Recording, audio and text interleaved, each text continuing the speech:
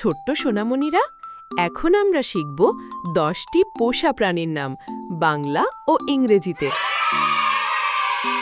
চলো তাহলে শুরু করি। এটা হলো কুকুর। কুকুরকে ইংরেজিতে বলে ডগ। ডগ মানে কুকুর। কুকুর খুব বিশ্বস্ত প্রাণী। এটা হলো বিড়াল।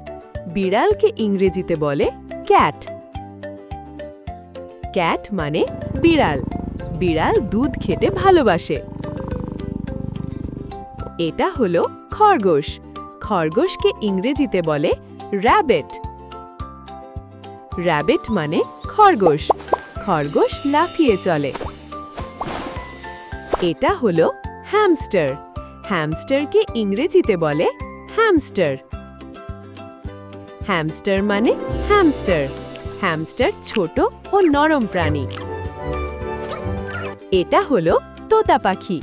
তোতাকে ইংরেজিতে বলে প্যারট। প্যারট মানে তোতা পাখি। তোতা কথা বলতে পারে। এটা হলো কচ্ছপ। কচ্ছপকে ইংরেজিতে বলে টার্টল।